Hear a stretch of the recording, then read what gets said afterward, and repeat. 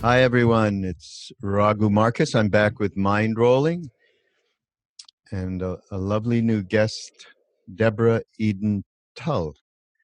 And Deborah, welcome to the show. Thank you for having me. I feel really blessed to be here today and excited to see what unfolds in our conversation. Yeah.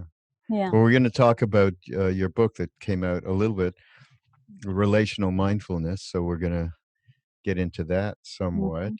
Uh, but for those of you who don't know, and we will have in our show notes all of the kind of links to the book and website and so on. But Deborah's founder of Mindful Living Revolution, Zen meditation and mindfulness teacher, and spent 7 years as a Buddhist monk at a Yeah. silent Zen, no less, monastery that we want to hear about as well. But in terms of everything that you represent and that you do and that you teach, one thing caught my eye in this little bio. It says that you assist people in releasing the myth of separation and reclaiming the authority of the heart. So, like, we are so aligned in whatever we're doing with our Love Server, Ram Dass's Love Server Member Mhm. Foundation. Mm. So we're right in tune with you. Yeah. Yes. Um, can we start by you? I like to ask everybody I first meet, how did they what are the things that ignited the transformation Hmm. from the idea that, oh Jesus, what is this? I'm separate, there's my parents, my friends, it all seems like strange. And then maybe there's a moment when that it dawns that, wow, there is a something else, and something well worth pursuing aside from what society dictates. So when was that, and how did that happen for you? Yes. I would say that for me, I feel like, in a sense, and maybe many people can relate to this, there was always a deeper knowing, even as a young child, maybe even especially as a young child for many people, before we've been more deeply conditioned. Yeah. And my family brought me up with an extreme love affair of the natural world, and I'm grateful for that.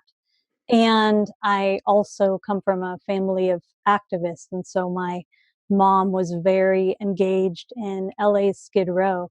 And so, Oh first, I would yeah. just say the juxtaposition of the life I saw, peers and people living around me, the juxtaposition of the absolute beauty and wholeness I experienced in nature, and then seeing regularly, because I spent quite a bit of time there, Skid Row and the discompassionate economy and structure of our society always had me confused, really, really confused. And that pointed already to an example of systemic separation, how the myth of separation manifests systemically in our world.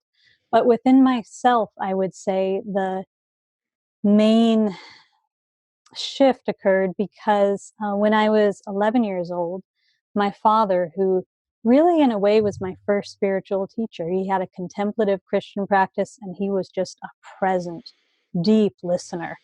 And he found out one day out of the blue that How he did had you get one. that winning combo? I Jeez, know, I know. Eden. It's called extreme luck. So Extreme I grace. I'm going to call it grace. Okay, thank that you. ain't luck and what you've done Yeah, in past lives to get that, to get there, yeah, and who you chose when you were making a transition, I am sure has to do with yeah, the work you've been doing for a long time. But I don't hear that kind of a story very often. Let me tell you, yeah, yeah. father I like hear that. you. Yeah, and one day when I was about 11 years old, just out of the blue, he found out he had a month left to live. Oh, And so that was such a wild piece of news, sort of like the first hit by the avalanche of impermanence that brings so many of us to the path. Yeah.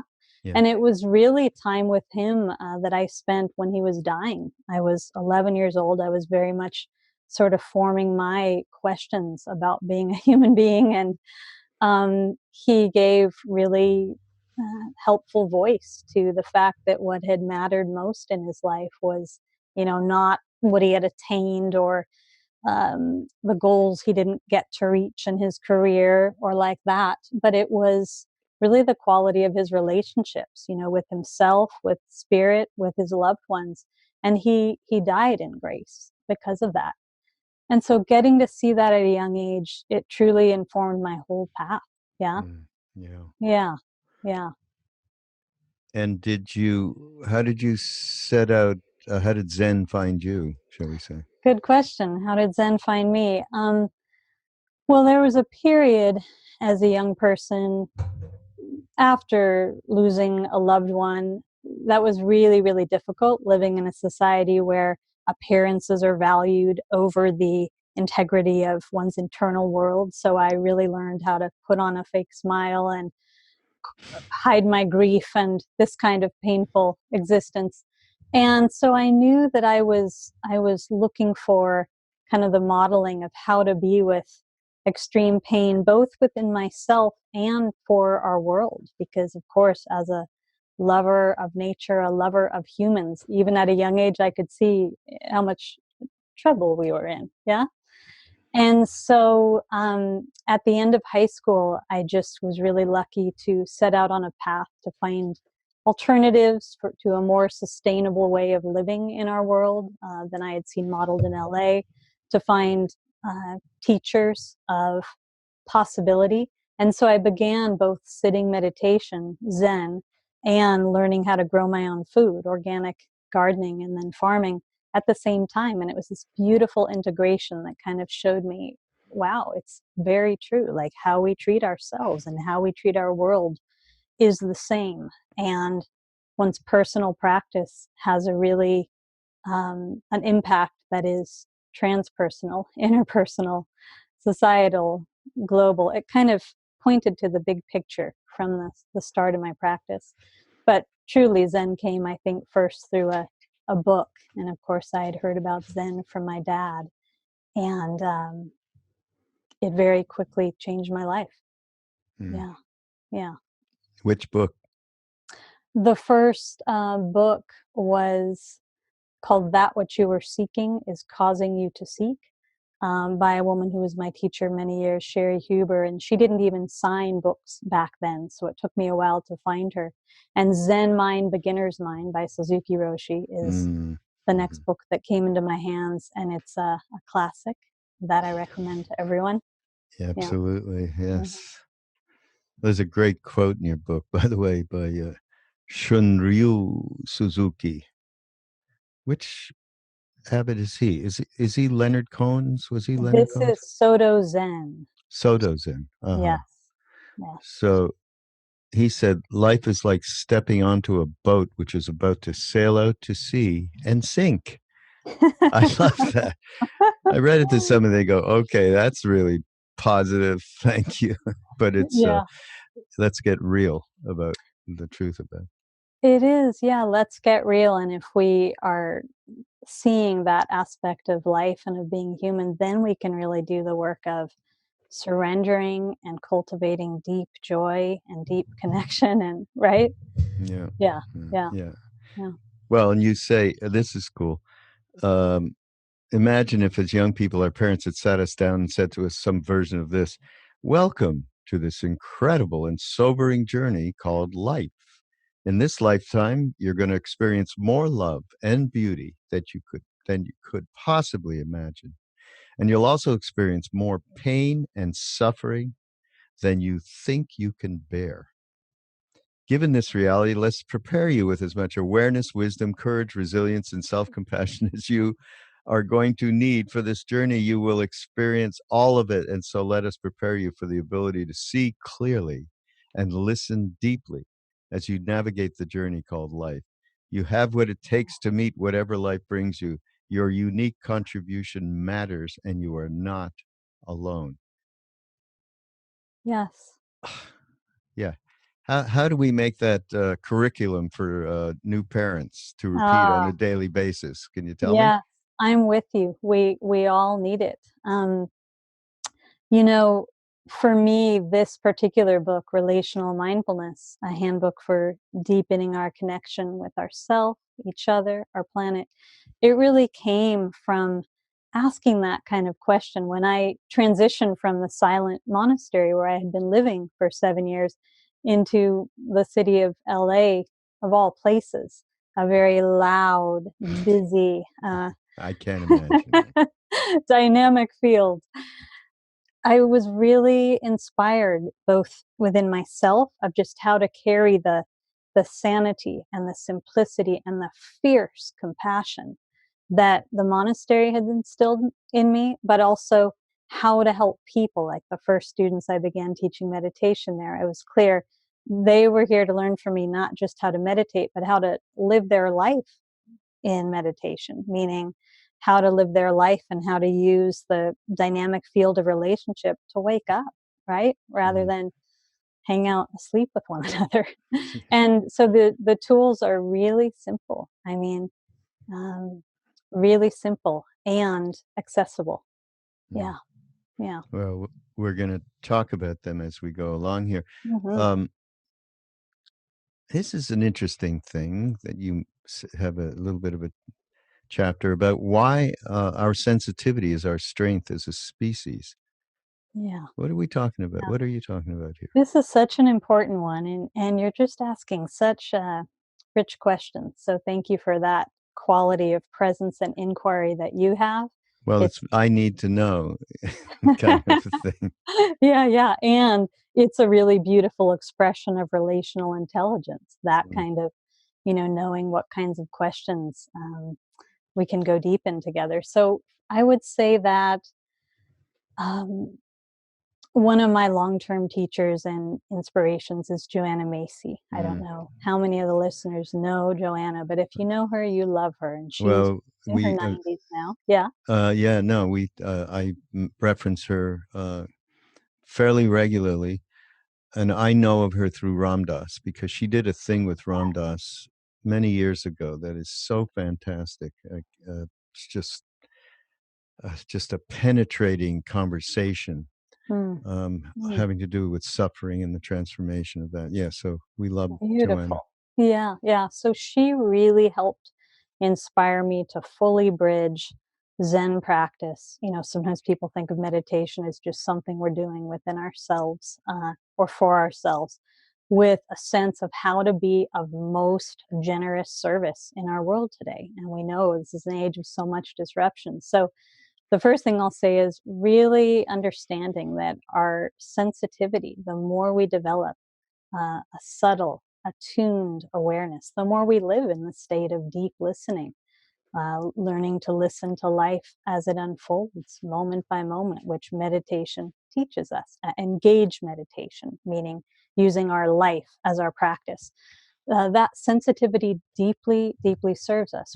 I personally came to understand that a part of me, my sensitivity, which I had been taught to judge, in an age of patriarchy, to be thought of as too weak, actually became known to me as one of my greatest strengths. That is the place of attunement. That is the place getting attuned to one another, getting to attune to the earth.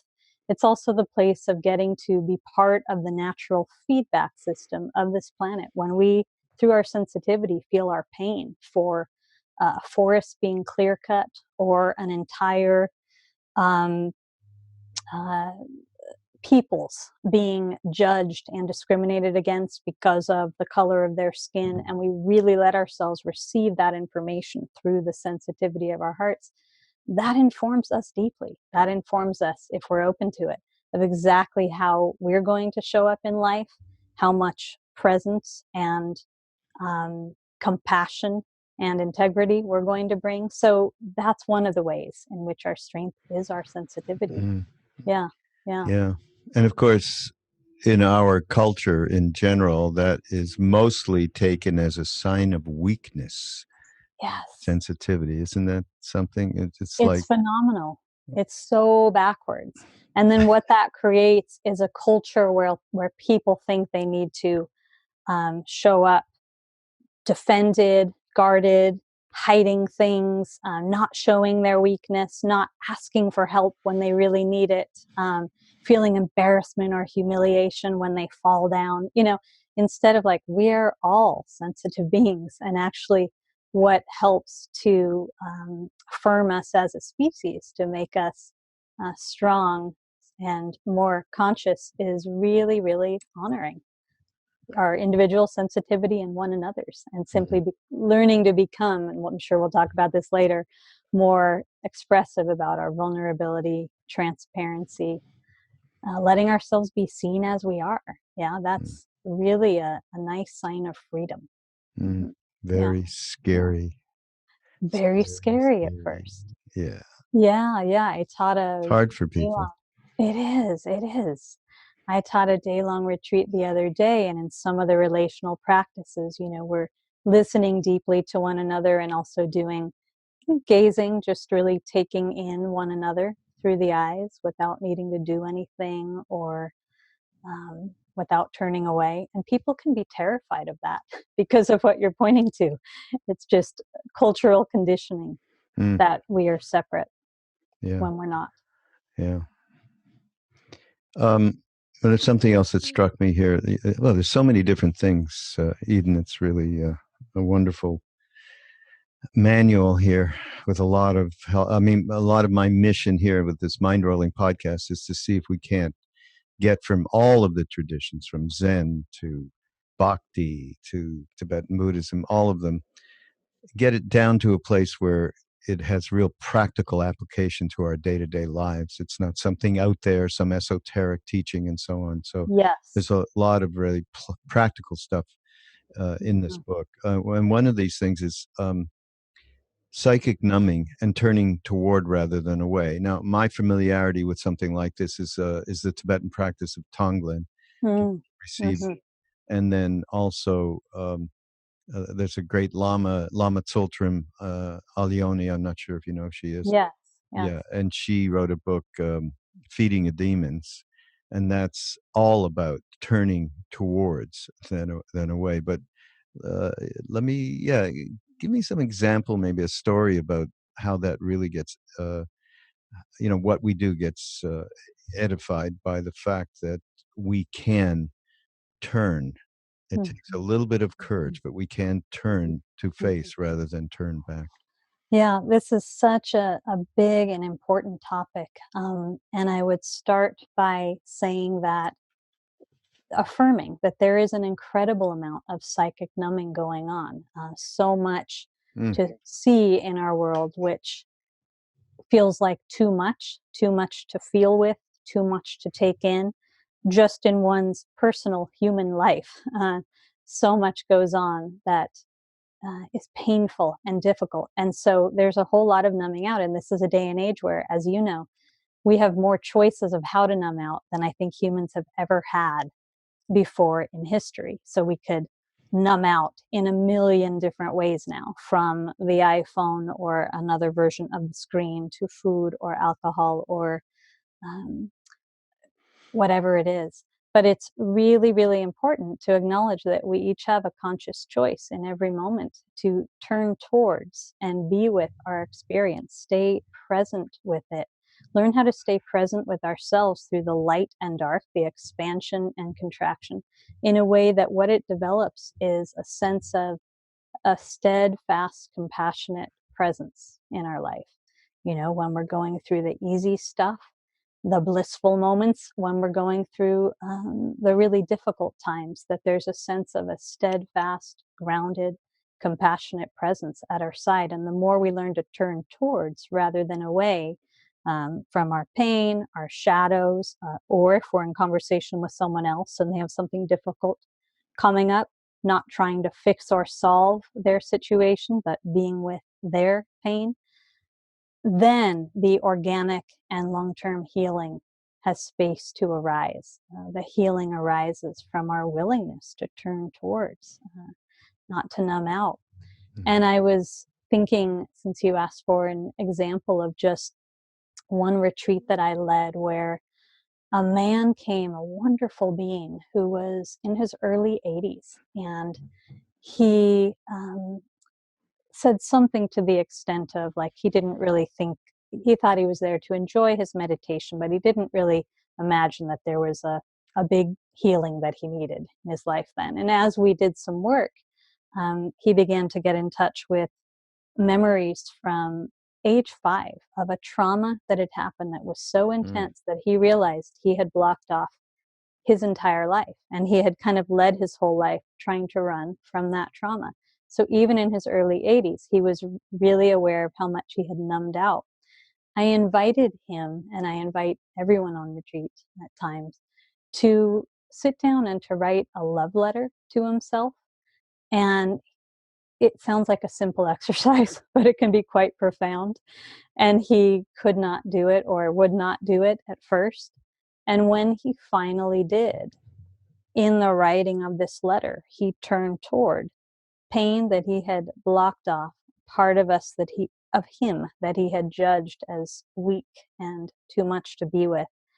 And it was like, not only did the floodgates open, but the healing of a lifetime occurred for him, you know. And I do see that again and again and again, as I'm sure you do, when we're willing to simply turn towards and be with. It's so simple, but it's counterintuitive and honestly revolutionary in today's world, when people are taught not to know and honor the fierce strength of their heart and their capacity to be with what is difficult, but they're taught, hey, here's another way to numb out, or they're taught there must be something wrong with you if you're depressed, so let's give you some pills to pop. And it's not helpful.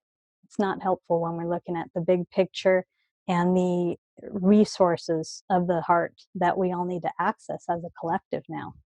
You Mm. with me? Yeah.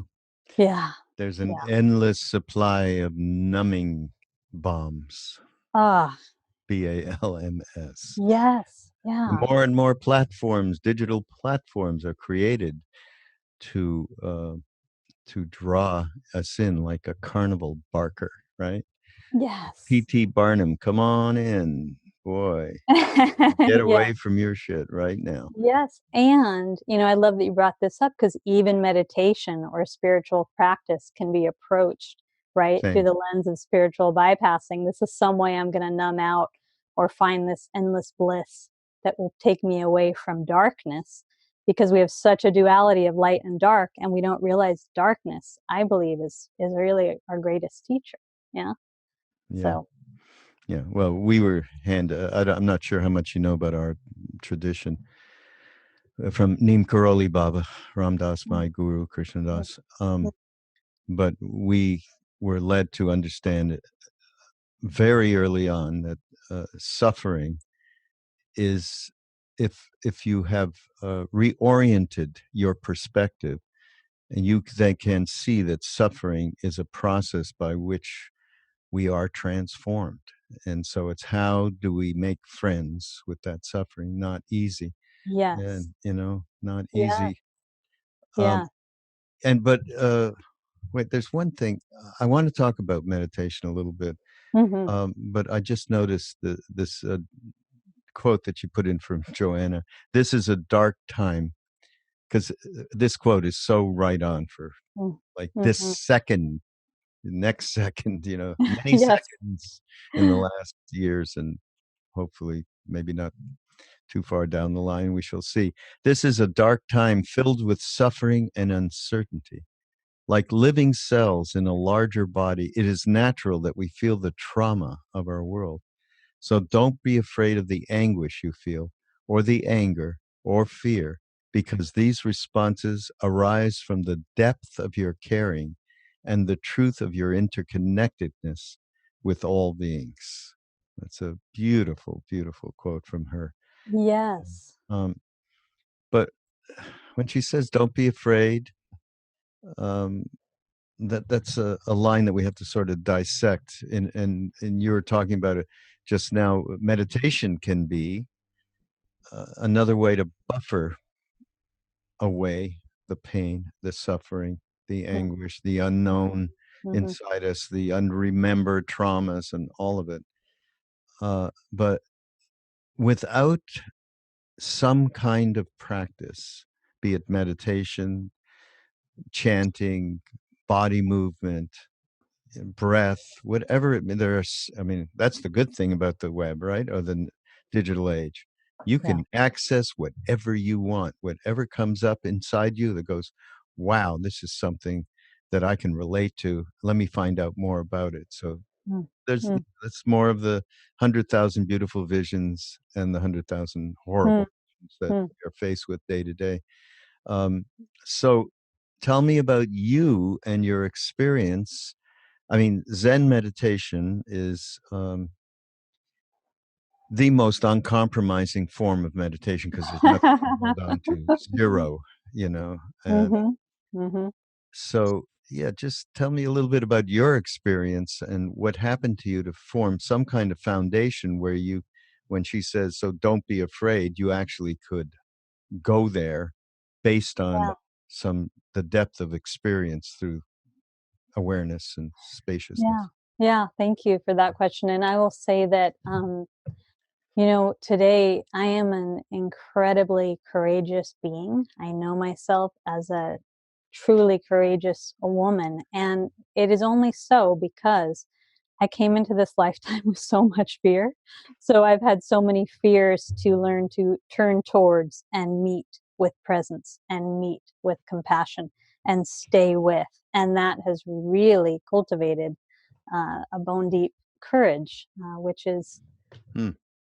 lovely. And what I would say is, for one thing, I truly love the simplicity of Zen. For me, I was very drawn to the simplicity in a world that so glamorizes things that are complicated and complex and busy. And I love the invitation to develop a compassionate self discipline, as so many of the spiritual paths you've named invite as well. That's a kind of discipline that teaches us to go beyond the kind of um, popular in our culture discipline of like very masculine, force, push yourself even when it's not kind, toughen up, right?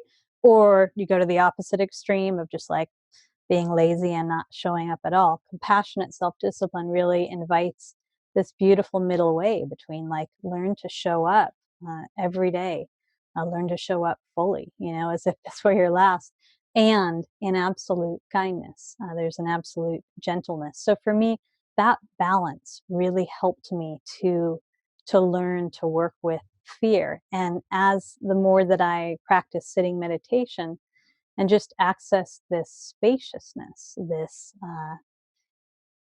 emptiness, this darkness at the beginning. And this, I think, is true for many people. It can feel a bit terrifying, like the relaxing at first feels good, and then you realize you can just drop into absolute stillness. You can drop into what we talk of as the void, as emptiness, as spaciousness, boundless awareness. And that can actually be terrifying to people. It's not really terrifying to us, it's terrifying to our ego, right? Mm. But the more I spent time just befriending spaciousness, it felt like such a coming home for me. And the way I talk about spaciousness and as a synonym, stillness or darkness, right? We think of darkness as the mystery from which everything arises and everything will return. But dropping into that place, that for me was the place of freedom from my judging mind. And that for me was the place of every single part of me has a home here. Every single part of me is welcome here. This field of spaciousness, it's not judging. Uh, it's not a space in which I need to do anything or get anywhere. It's a place in which I'm given an experience of my absolute already here wholeness. Yeah. Mm. And that was just such a deep relief. So having the seat in meditation, the chance to hang out in that wholeness and keep coming back to that wholeness.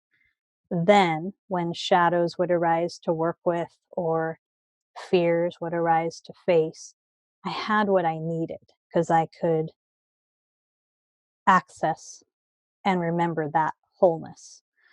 Does that make sense? Yeah. So let's say you're sitting, Yeah. maybe in Yeah. your earlier days. Let's Mm-hmm. probably focus Mm-hmm. more there. Yeah. And suddenly a memory, a thought, fear Mm-hmm. Mm-hmm. arises, and then you feel it in your body once that thought happens. Yeah. It's setting off all of these emotional alarms. What did you do, especially in the earlier days? Yes. Yeah. Yeah. So that's a great and practical invitation for everyone, just to even as people are listening, check in with your body right now. Just take a minute to feel connected to gravity and connect with your breath, and just let everyone take in a few conscious breaths and simply arrive here a little more fully. And so, as let's say a difficult emotion arises, um, or an uncomfortable sensation, or an element of fear, it's really the invitation. And we'll go back to this phrase again of turning towards, just gently, rather than turning away from it, saying, I don't like this. I need to get away from this. I need to change this. Just staying with the inflow and outflow of the breath while you gently allow this experience to be here. And the teaching really is to meet everything in our human experience with gentle curiosity and kindness. So, whether we find ourselves in, uh, we might say, the light room, that experience which is really easy, or a really dark room, a place where we feel a lot of fear coming up, we can simply invite a gentle investigation, turning towards and simply noticing everything that we can, as subtly as we can, about that experience. What does it feel like in my body as this emotion, energy, and motion moves through? We might notice, what is the self talk when I find myself in this place of fear? We might notice more subtly what physical sensations are here. And to be honest, the next step, which is really helpful, is to see if we can get a sense of, and this is just language I find incredibly useful, but who is this part of me? Can I gently take a step back by just noting, oh, the fearful one is here, okay? Or the angry one. And that language has always been incredibly useful to me, because in any moment we can either be caught in the fear or the anger, right? Or step back and be with the fear or anger. So it's really helpful to just learn how to be with and welcome every single part of us that could possibly arise. And really, from that, like every single part of humanity, because we're not separate. Yeah. So does that give you a kind of a little sense of how I would Mm-hmm. navigate it in my practice? Yeah. Yeah. Yeah. And very much what I share with people as well. Yes. Yeah. Uh, So many of our practices are shared paths of oh healing yeah. There's a, separation. Yeah. yeah. I mean, that's like the first second I was with Neem Karoli Baba. I'm assuming you know who he is, right? Yes. Yeah. It was just he just did this. There is only one, Mm, mm, mm, mm, and he just that over and over. It's all one. Sub ek in Hindi. Yeah. So mm, mm. absolutely, all of this ties together at some level, and it all goes to the same peak on that mountain. So yeah. Yes. Now wait, but you're young and you're getting into, you're doing this really, I mean, long meditation practice on a Mm-hmm. day-to-day basis Mm-hmm. for years, right? Mm-hmm. And then at the very beginning, okay, it nothing probably happened and you started getting bored. Did you get bored at one point? Did you ever get bored? That's a great question. You know, boredom is something that it's a hindrance that a number of people, many people do have to deal with. It's not been one I've really had to meet. I'm good at wonder. I'm good at fascination. Uh-huh. So boredom hasn't been so much one that I've had to work with. But I will tell you this: there's kind of a coming down that happens from an addiction to drama. And I will say that I had some addiction to drama without knowing it. It was very subconscious. But let's acknowledge that any of us who have our primary relationship as with the conditioned mind, right? The separate self, the mind of separation, the stories and narrative that's been conditioned. Yeah, any of us who have that as a primary relationship, and many people do before they come to a practice, has some kind of addiction to drama because this exists on the vibration of drama. It'll tell you the same thing over and over. It'll judge and assess and compare and create stories, but it can be very dramatic. And so I would say there wasn't a getting bored that happened in meditation, but there was a gradual getting bored of this and realizing that I had been addicted to drama and that Mm, that vibration no longer interested me. And mm. it's shocking. I mean, my husband and I will enjoy Netflix from time to time. It's shocking how much drama is a selling point for Yeah. our culture. It's everything. Come on. Yeah, Yeah. yeah, yeah, yeah. Uh, but Hmm. I'll tell you, talking about boredom, and one major reference in that is around a practice that we do quite a bit and brought back from part of our legacy, Mm, chant. mm, So many people, because it's music and because there's rhythm and everything, there's a real tendency to want to quote unquote bliss out, mhm, not be so mhm. present, but Yeah. or or entertain yourself even. Wow, that's a great chord change. Oh boy, get that other drummer in there and let him, you know, create some polyrhythms. That'll be cool. So I tell people, if you actually in kirtan chanting, if you haven't gotten bored, you haven't started. Okay. That's great. That's great. Yeah. Yeah, yeah. Because that the tendency to entertain oneself and well, it's the same as the drama. It's just the same as addiction to drama. It It's is. addiction to getting off. You know. Yes, yes. And similar to what you shared, something that I often point out to people is that real practice, real spiritual practice doesn't begin until self-improvement ends. And this is related Right. to Right. all Yeah. the Exactly. drama of Yeah. who am I becoming and can I continually fix and improve myself and try to get there and Yeah. believe the stories of not good enough and better than it, getting over the self.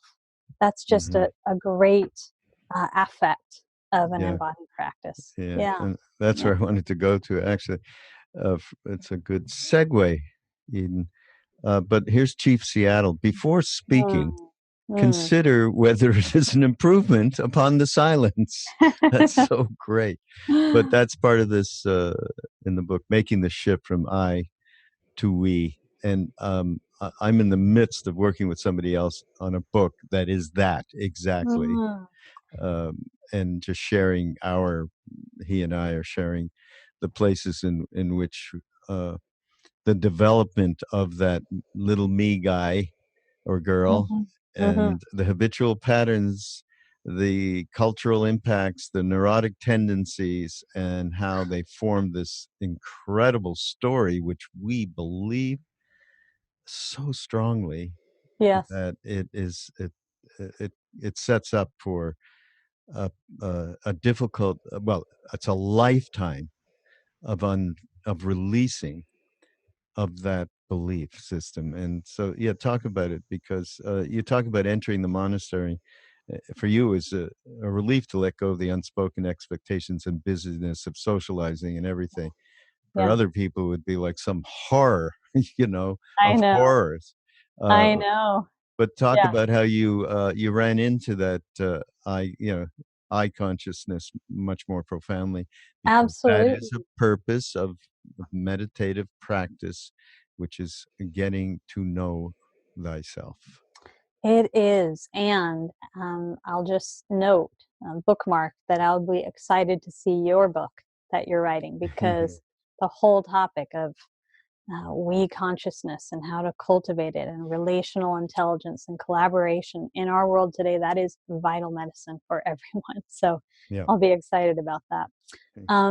Yeah, so there are people who are terrified even of signing up for silent retreat, because just the idea of 5 days or 7 days in silence feels terrifying. I began doing retreats at a young age, and I'm simply someone who have a balanced introvert and extrovert, so I've always enjoyed quiet. But really, it was a relief moving into a place where the silence of the monastery, where I could really focus entirely on practice in a more subtle way. And I was aware that as a sensitive being, I'd so often had my life experience impeded upon or imposed upon by others, like everyone's opinions, everyone's reactions, everyone's disruption of my own internal processing. And it was just really nice. And I consider it one of the gifts of practice for anyone who is a practice, to really get to have in your life the space that you need to simply be with and be intimate with your experience of being human. That said, after settling into the silence of monastic training, then of course it becomes this incredibly profound mirror, right? Where one gets to see, because if the backdrop of the silence, the voice of the conditioned mind becomes that much louder.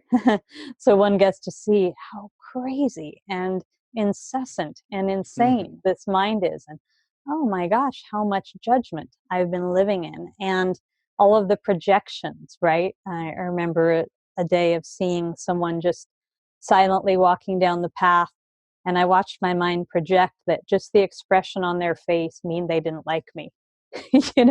When, like, how much we take personally things that have nothing to do with us. Yeah. And so it was incredibly helpful to begin to have a mirror, and also incredibly scary, because again, the conditioned mind can get really, really loud in that context. You have to face all your quote unquote demons, right? I sometimes share, just as a simple example of when I really got that each and every one of us has a choice about whether to engage with the conditioned mind or not. It was the end of just a long day of sitting meditation and working meditation in the wintertime. I was new to the monastery, a lot of hard work outdoors. And I got back to my little teeny hermitage in the woods, far away from everyone else. And I remember sitting wrapped in my blankets and saying to myself, oh my gosh, what have I signed on for? This is miserable. I'm cold. I'm freezing. I worked really hard today. This is too much. This is miserable. And just pausing, turning towards my experience rather than away, pausing long enough, feeling my breath, and just seeing clearly in that moment that the misery my mind was going into had absolutely not a thing to do with my actual experience. That in that moment, just dropping into presence, my body was in perfect peace. I was totally warm enough. I loved there's a delight in the winter time, the crisp air, and just seeing how insane and how separate from our deeper experience this conditioning can be, and seeing the choice that we have. That was really a light went off for me. And back to what you named at the very start of this interview about, like, the invitation through practice to reclaim the authority of the heart, that's what each of us can do through our spiritual practice, really, really losing interest in projecting authority onto this mind of separation. And really reclaiming the authority of what is my actual experience in this moment. Yeah. I just got to tell everybody, as you can imagine, I think I said that, but in the beginning, we have never met, Eden and I. Mm-hmm. Mm-hmm. And as so, I'm discovering you as we talk, and I have to say to everybody out there, uh, obviously, there is lifetimes of practice mm, on the mm, path for mm, you. I mean, I know that. And what has developed, one of the things I can see that allowed you, and just describe that moment where you face that discomfort and what the hell am I mm, doing here? I'm freezing. mhm. You're able to turn, to pivot. And that's only, in my mind, because of a couple of things. One major thing is courage. Mm, mm, mm. Okay. And another thing is deep, abiding faith in the reality that I am not this stuff that is whirling. I Yes. am behind all of that. And the identification with that you came in with, to some degree, I would have to believe. And of course, getting a father like the one you had, even with the tragedy. Yeah. Yeah. So people out there, this is exceptional, but keep striving, because you only Ah, need another billion lifetimes. You'll get there. We'll can get I there. can I offer something about that? Yeah, yeah. I I would say a couple of things. One, I'm I'm really passionate right now about helping people to reframe when they look around and see what an age of disruption we're in, and how much pain there is, how much healing is needed. That because of how much is in disruption right now, it's actually a phenomenal opportunity and invitation and affirmation for everyone who is in their readiness to wake up, everyone who is really wanting to take the next step in consciousness. So to let the darkness, perceived darkness or difficulties of this time really inspire you on your path. I've never experienced more ripeness in the field of people I guide and teach and meet than ever before. And I think it's really seeing how much of the old systems and the old paradigm, which goes back to what we've been talking about, the myth of separation, Mm. is no longer working at all. It's like, okay, well, then let's get on with the business of cultivating we consciousness, cultivating a much deeper commitment to this courage and faith, and I would add love, that we can be living from. So I wanted to say that. And I Mm-hmm. also wanted to say that, um, I have had a lot of uh, some of my greatest teachings in this life have been from really difficult experiences. And so I want to just offer the encouragement to people. They are not impediments to your practice, they are not impediments. Trauma is not an impediment. It is an invitation for you to reach in here and access the resources that have been waiting for you, that are innate. The reason I left the monastery was that I got bit by a tick. And so I had Lyme Oh, to work with God. for many years. And I can say confidently, Lyme was my greatest teacher. It Really? was my greatest teacher. And it's just that when we make a conscious choice to meet whatever life brings us with love, and love is not some Pollyanna pink, soft Hallmark card. Love is gentle sometimes and fierce sometimes. It is like an embrace sometimes, and it's just the willingness to keep showing up sometimes. We really can wake up much faster than we think.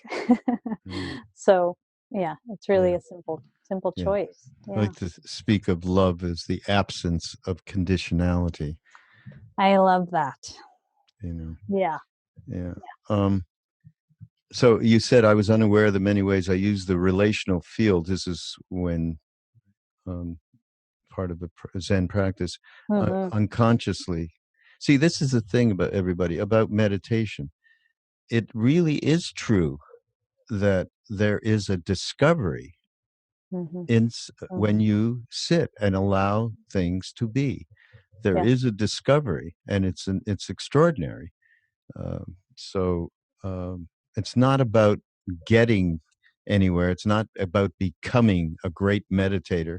I mean, there No. are people who get into great focus using concentration to get one pointed, and that one pointedness leads to pretty nice experiences.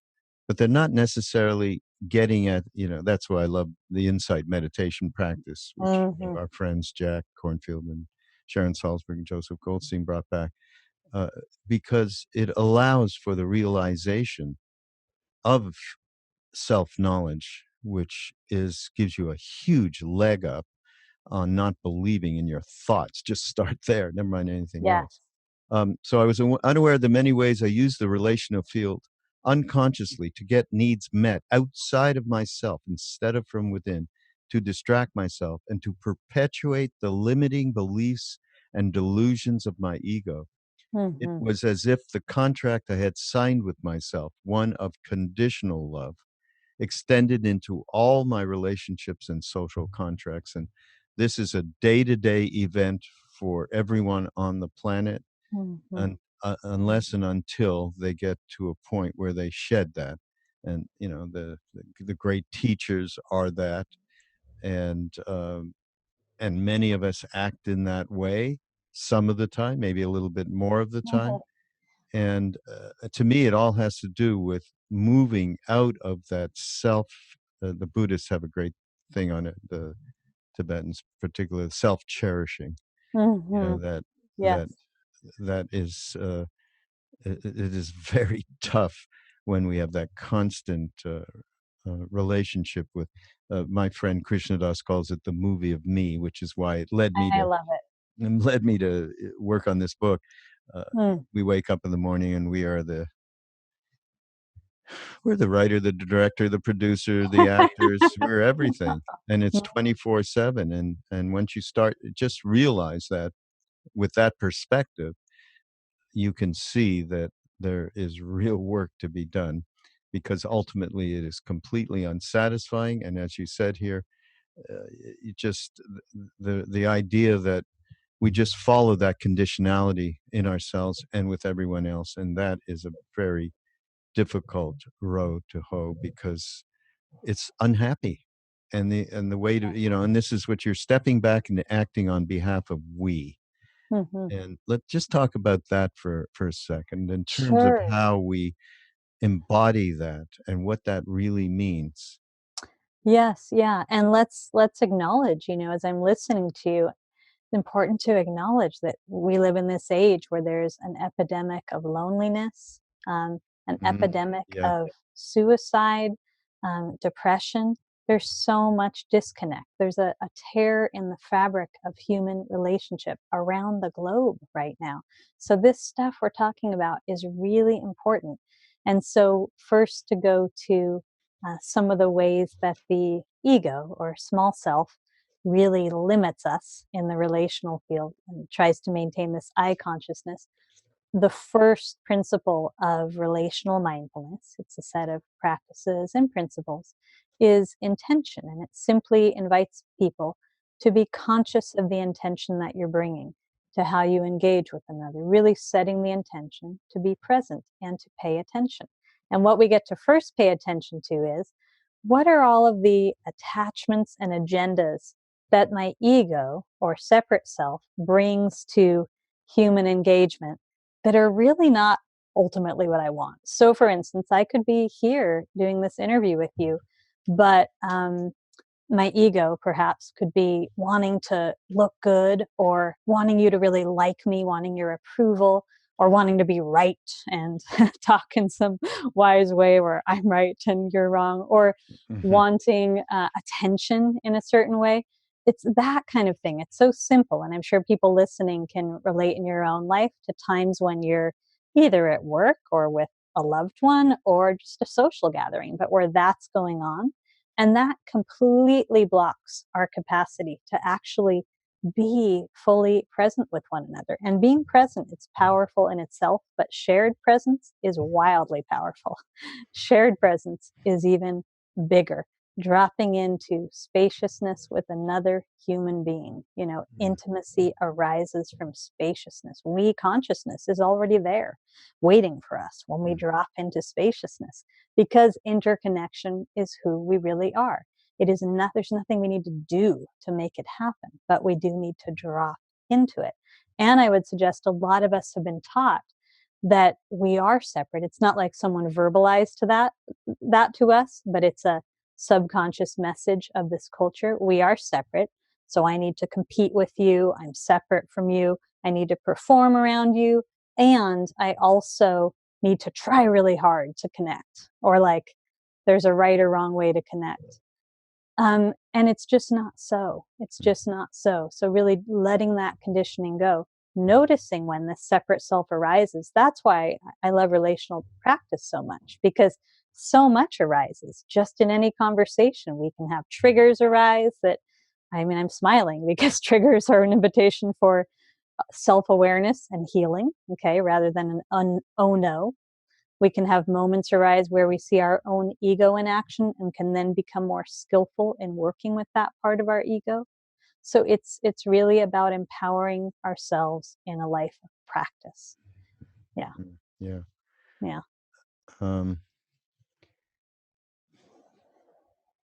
It just leads me to one great example of this, and you've talked about it, and talked about it in terms of attention, the attention we give to each other.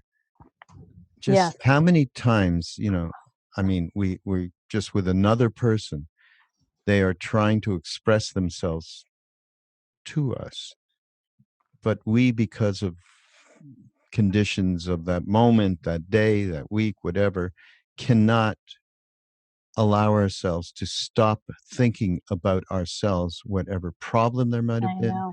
whatever Mm-hmm. emotion there might Mm-hmm. have been. We can't give the attention to that person. Just we Yes. all do this all the time. And it's easy to recognize. So just out there, yeah, like recognize that moment that either you do it or someone else is doing it to you, and how that just goes like complete separation occurs in that moment. And just look at, if you were able to just let go of the moment of self absorption through whatever conditions that have caused this in you, if you were able to let go of it, just think what would happen. Suddenly you're able to completely embrace that person through your eyes, through your vibration, through whatever. And then Yeah. suddenly everything changes, and there isn't a me and a you, there's just a we. That to me is a good exercise. You've got it. And I hear you pointing to the practice of deep listening, which Hmm. is another principle of relational mindfulness. When we're in that place you're describing of being distracted, being fixated on the self while we're listening to someone else or appear to be, it's a place of suffering. It's a place of suffering. We're not Yeah. dropped in. Whenever we're in deep listening, dropped into presence, listening with full presence, there is a peace and an aliveness that we're not going to experience when we're in shallow listening.